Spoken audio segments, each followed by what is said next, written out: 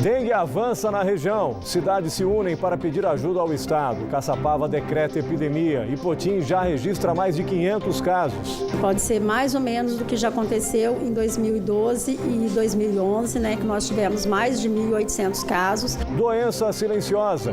Diabetes vira tema de semana de prevenção em Taubaté. Eles aferem a pressão arterial desse indivíduo e, na sequência, é possível verificar e medir a glicemia capilar. Menores infratores fazem carcereiro refém dentro de delegacia em São José dos Campos.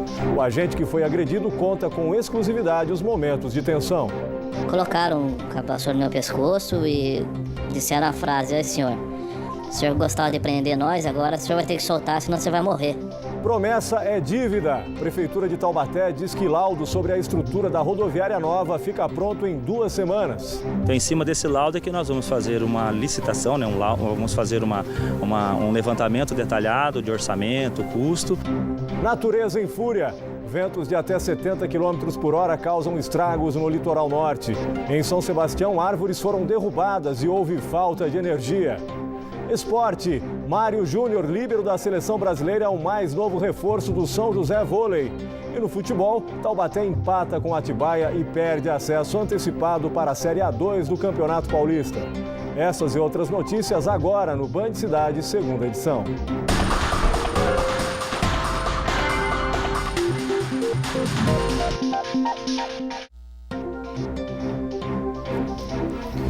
Olá, boa noite. Potim está preocupada com o avanço da dengue. São mais de 500 casos e a vigilância epidemiológica teme viver novamente o drama do passado, quando a cidade chegou a ter mais de 1.000 doentes.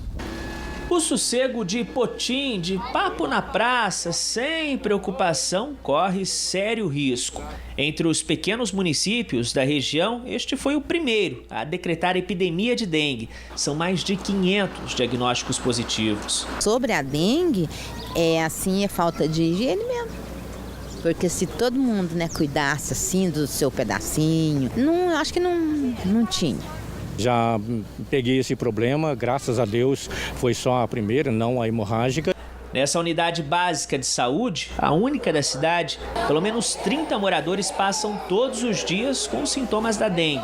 E eles reclamam da falta de médicos. Tem que ter um especialista de dengue aqui. Quem que é o especialista de dengue? É o médico. Ele que tem que vir aqui falar. Agora aqui o médico dá um remédio. Tá tudo certo. A responsável pela vigilância epidemiológica de Potim reconhece a deficiência no número de profissionais, mas garante que nenhum paciente fica sem atendimento.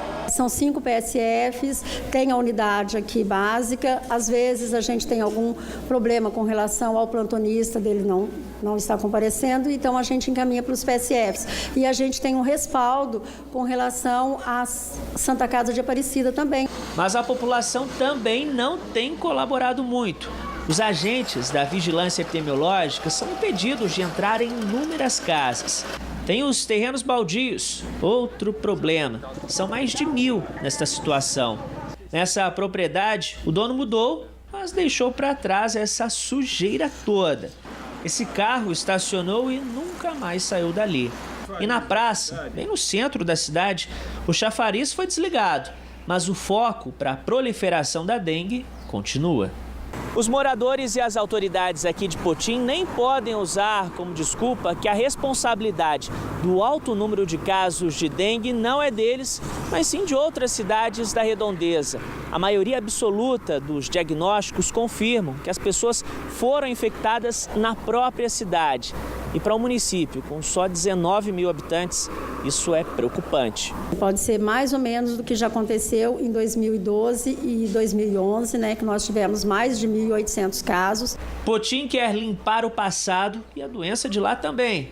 Mutirões de limpeza estão sendo feitos. Equipes de nebulização passando de casa em casa.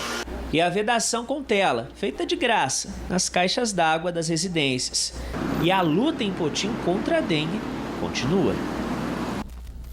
São José dos Campos, Jambeiro, Paraibuna, Jacareí e Caçapava, que também decretou epidemia de dengue, pediram juntas ajuda ao governo do estado para combater a doença. As prefeituras querem equipamentos para aplicar inseticida e verbas para a contratação de agentes. Em nota, a Secretaria Estadual de Saúde informou que o documento está em avaliação. Veja agora a evolução da dengue aqui na nossa região. Caçapava decretou epidemia com 510 casos. Lorena teve aumento no número de doentes. Na semana passada eram 1.191 e agora já são 1.271. São José dos Campos está com 5.357 exames positivos e 4 mortes. Taubaté está com 1.413 doentes e uma morte confirmada. Jacareí possui 726 casos e 3 óbitos. Pindamonhangaba está com 320 registros. Caraguatatuba segue em calamidade pública com 3.452 doentes e 2 mortes confirmadas. Ubatuba está com 572 e Ilhabela com 613 casos. E não é só a dengue que preocupa, não. No Brasil, 45 milhões de pessoas sofrem de diabetes, uma doença silenciosa e que pode matar. Por isso, alunos do curso de medicina da Unital promovem, em Taubaté, atividades voltadas à prevenção. Estresse, alimentação rica em gordura, excesso de açúcar e sedentarismo. Uma combinação perigosa, cada vez mais comum na rotina dos brasileiros. Devido à correria, às vezes, tem que comer um salgadinho, né? E isso acaba prejudicando a saúde, né? De alguma forma. Responsáveis por uma infinidade de doenças, estes também são os principais fatores que causam o diabetes. No Brasil, 45 milhões de pessoas têm a doença. Número ainda mais preocupante é o de mortes causadas pelo diabetes. Entre 2000 e 2010, foram mais de 470 mil casos. Número 92% maior que o de mortes causadas no perigoso trânsito brasileiro no mesmo período. O diabetes pode ser dividido em 2 grupos. Levi tem o tipo 1, que é quando o pâncreas não produz a quantidade suficiente de insulina. Por isso é preciso se medicar diariamente. Mas esse não é o único cuidado no dia a dia. Eu tive que tirar completamente a massa, ou substituir por integral, ou comer um pouquinho de vez em quando. Mudou completamente. Às vezes eu até agradeço de ter diabetes, porque eu era uma pessoa bem sedentária. E hoje não, hoje eu me alimento direito, faço exercício, coisas que eu não fazia antes de descobrir a doença. Gilberto tem diabetes do tipo 2, a mais comum para quem já passou dos 40 anos. Porém, a idade não é fator predominante. A vida sedentária contribuiu para o desenvolvimento da doença. Falta de exercício, má alimentação, um pouco de estresse, e relaxamento com a saúde. Você vai relaxando e vai... O que você vê já está. O curso de medicina da Universidade de Taubaté realiza a Semana da Prevenção à Hipertensão e ao Diabetes. Quem passar pela Praça Dom Epaminondas, na região central, poderá realizar exames e ainda receber uma série de orientações sobre a doença. Eles aferem a pressão arterial desse indivíduo e, na sequência, é possível verificar e medir a glicemia capilar. Os atendimentos, que são gratuitos à população, vão até sexta-feira e são realizados das 8 da manhã às 5 horas da tarde. Muita gente não sabe, acaba descobrindo aqui, daí, a partir daí vai começar a tratar.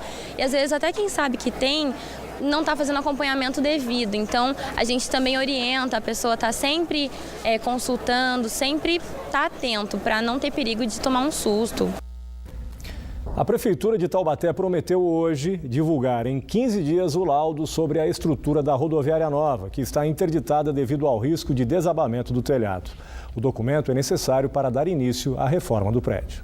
Empresas de ônibus, guichês, funcionários e passageiros utilizam o estacionamento da rodoviária uma semana e vão precisar de paciência até que tudo volte ao normal. A Prefeitura espera que em 2 semanas o novo laudo aponte outras falhas no terminal. Nós temos a expectativa de que daqui a uns 15, no máximo 20 dias, esse laudo que conclui, os trabalhos, ele nos informe qual é o montante de telhas que estão comprometidas e quais as medidas que nós poderemos adotar, que seria a substituição, a possibilidade de recuperação do telhado. Então, em cima desse laudo é que nós vamos fazer uma licitação, vamos fazer um levantamento detalhado de orçamento, custo, e aí sim vamos adotar uma medida emergencial para contratar uma empresa para fazer a retirada e instalação e adequação do telhado. A seguir, desabafo. Carcereiro conta à Band Vale os momentos de medo que passou nas mãos de menores infratores. Agora são pontualmente 7 horas da noite, a gente volta em instantes. Até já.